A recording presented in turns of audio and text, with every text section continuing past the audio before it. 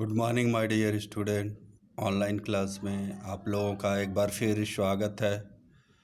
पिछले वीडियो में आप लोगों ने हिंदी ग्रामर में वचन नामक पाठ पढ़ा था।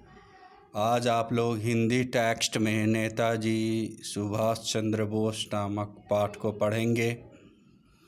नेताजी सुभाष चंद्र बोस के बारे में आप लोग बहुत कुछ जानते हैं कि उन्होंने आज़ाद हिंद फौज की स्थापना की थी। वे भारत के बहुत ही प्रसिद्ध स्वतंत्रता संग्राम सेनानी थे। आइए इस पाठ का हम अध्ययन करते हैं। नेताजी सुभाष चंद्र बोस। नेताजी सुभाष चंद्र बोस का जन्म 23 जनवरी सन 1897 ईस्वी को कटक उड़ीसा में हुआ था। वे एक मध्यवर्गीय परिवार से संबंध रखते थे। सन 1920 ईस्वी में वे उन गिने चुने भारतीयों में से थे जिन्होंने ICS परीक्षा उत्तीर्ण की। सन 1921 ईस्वी में वे भारतीय राष्ट्रीय कांग्रेस के सदस्य बने। सन 1938 ईस्वी में वे कांग्रेस के हरिपुरा सेशन में अध्यक्ष बने।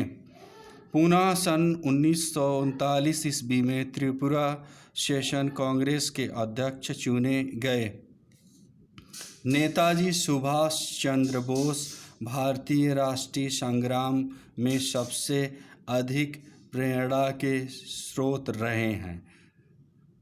स्रोत मतलब साधन रहे हैं, रिसोर्सेज।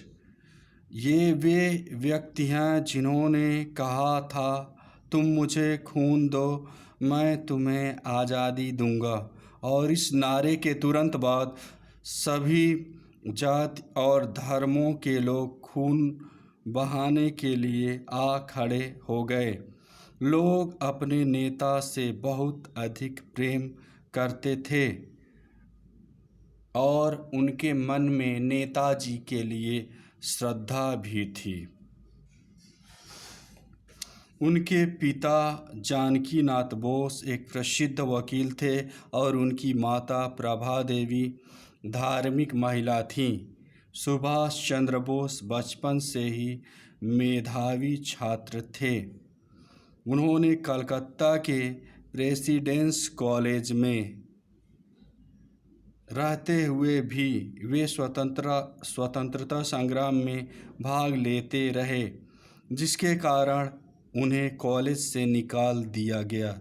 एक बार तो उन्होंने अपने इंग्लिश अध्यापक की भारत के विरुद्ध की गई टिप्पणी का कड़ा विरोध किया।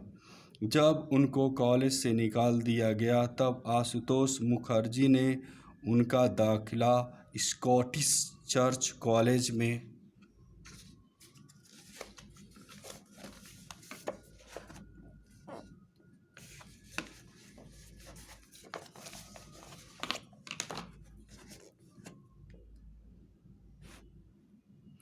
कराया, जहां से उन्होंने दर्शन शास्त्र में प्रथम श्रेणी में BA पास किया। इसके बाद वे इंडियन सिविल सर्विस की परीक्षा में बैठने के लिए लंदन गए और इस परीक्षा में चौथा स्थान प्राप्त किया। साथ ही साथ उन्होंने कैम्ब्रिज विश्वविद्यालय से दर्शन शास्त्र में MA किया।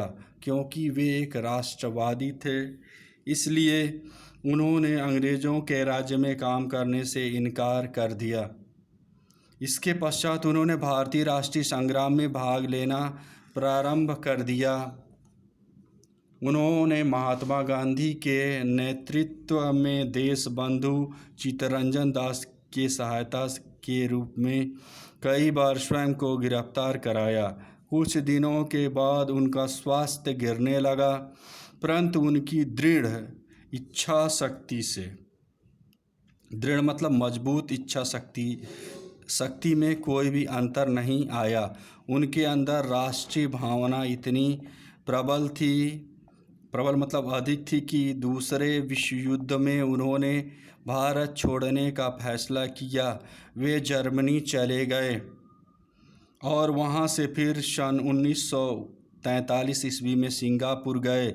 उन्होंने इंडियन नेशनल आर्मी की कमान संभाली। जापान और जर्मनी की सहायता से उन्होंने अंग्रेज़ों के विरुद्ध लड़ने के लिए एक सेना का गठन किया, जिसका नाम उन्होंने आज़ाद हिंद फौज रखा। कुछ ही दिनों में उनकी सेना ने भारत के अंडमान निकोबार द्वीप समूह, नागालैंड और मणिपुर में आज़ादी का झंडा लहराया। किंतु द्वितीय विश्व युद्ध में जर्मनी और जापान की हार के बाद आज़ाद हिंद फौज को पीछे हटना पड़ा, किंतु उनकी बहादुरी और हिम्मत यादगार बन गई।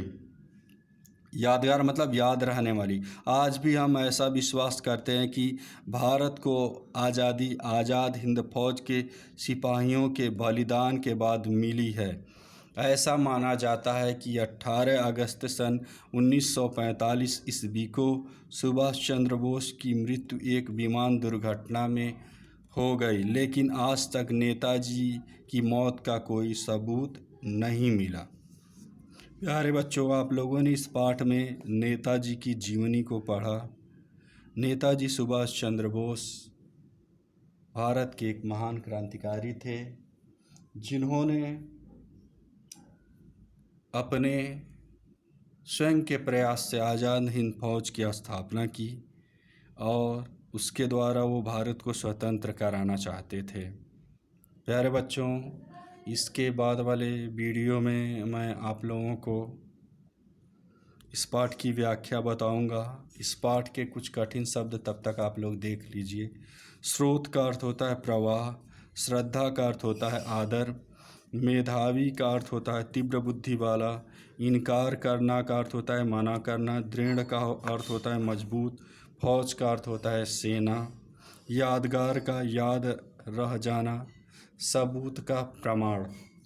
प्यारे बच्चों, मैं आशा करता हूँ कि आप लोग पढ़ाई लिखाई पर ध्यान दे रहे होंगे, क्योंकि इस कोरोना के इस समय में शिक्षा का मात्र एक ही माध्यम है, ऑनलाइन। और आप लोग अपने माता पिता से पूरा सहयोग लेके अपनी पढ़ाई लिखाई को ध्यान से करिए। अगले वीडियो में मैं आप लोगों को इस पाठ की व्याख्या बताऊंगा। धन्यवाद। Thank you.